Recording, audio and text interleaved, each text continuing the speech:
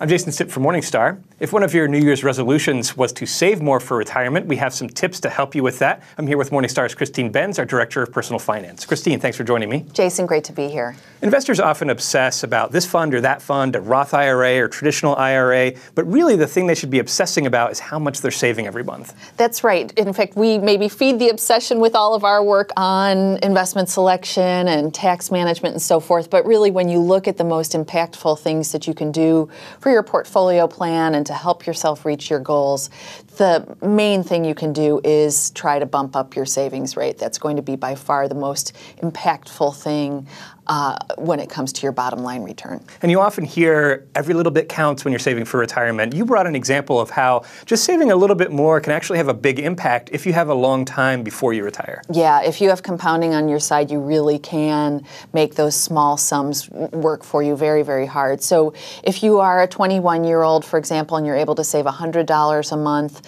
you'd earn just 5% on your money, which I think is a reasonable rate of return to assume, and you save all the way until retirement, until you're 65. If you're just saving that $100, you'd have about $200,000 when you turn 65. If you are someone who's able to kick in maybe $50 more per month, and so just save $150 a month up until age 65, assuming that same rate of return, you'd have $300,000. So those small amounts, if you can find them in your budget, can really be quite impactful, especially when stretched out over a long time horizon. So small amounts can help, and getting started as soon as you can Absolutely. Also sounds like a big help. So you have a few ways that you might be able to bump up your savings rate, a few ideas for people who are looking for some money to invest. The first one is a chunk of money that most folks get between now and April, which is their tax refund. That's right. A really large segment of U.S. taxpayers do get refunds.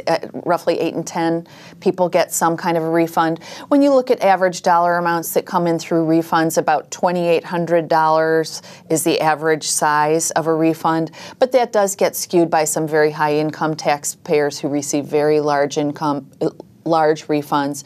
When you look at refunds for folks in the lowest income tax bracket, the average refund isn't anything to sneeze at. It's about $2,000. So when you think about investing that sum of money, especially if you have a long time horizon and can do it, say over a 45-year period, you can end up with a significant savings amount that can turn into a pretty nice chunk of change over time. And the nice thing about the refund is, in some ways, it's forcing you to save along the way, because that's tax money, essentially, that's yours, but the government's kind of saving it for you. That's right. When you look strictly at the numbers, you see that really you should not be giving the government this interest-free loan throughout the year, but for a lot of people, I think it is kind of an enforced savings plan. The nice thing about refund season, if you are inclined to save, is that it also coincides with IRA season, so you have until April 15th to fund your IRA for the 2014 tax year.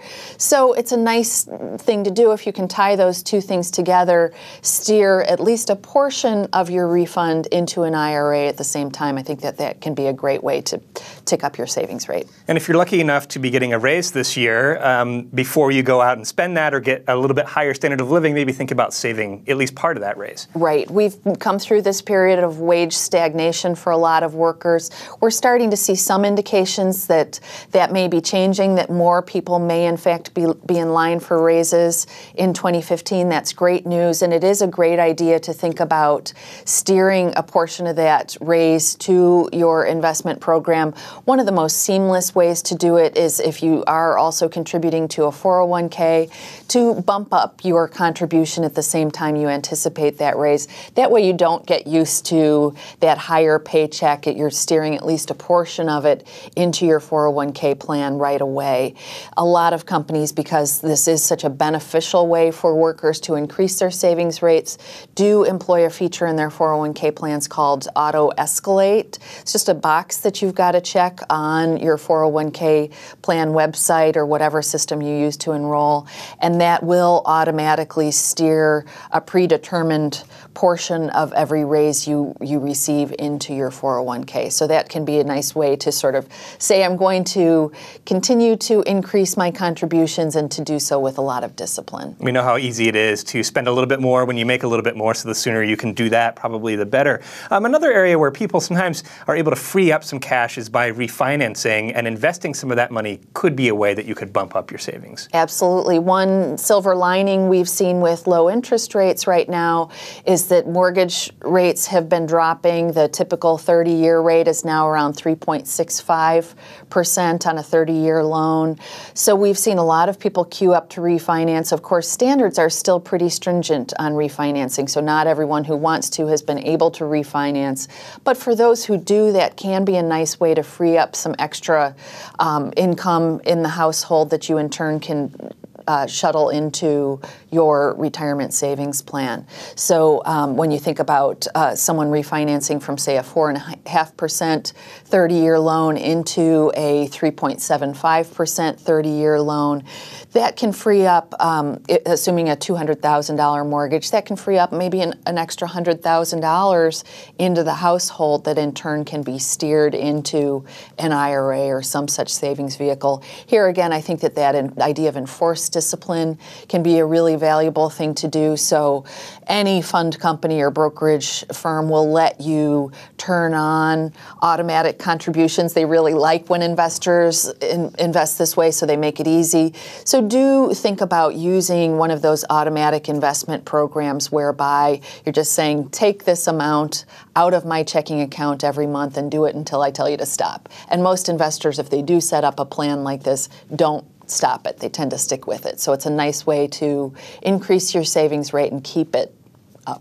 Another option that could be beneficial for your retirement related to refinancing is to refinance into a shorter term loan, which you might really be happy that you did when you reach retirement. I like this strategy a lot. So one thing to keep in mind is that the interest rates on shorter term loans will typically be lower than they are on longer term 30-year loans, for example. So if you can refi into, say, a 15-year loan from your old 30-year loan, you may, in fact, pay right around the same amount that you were paying with that old loan, but you'll shrink your time period over which you'll pay that sum. So, as you say, that can be a really valuable thing for people who are gearing up for retirement.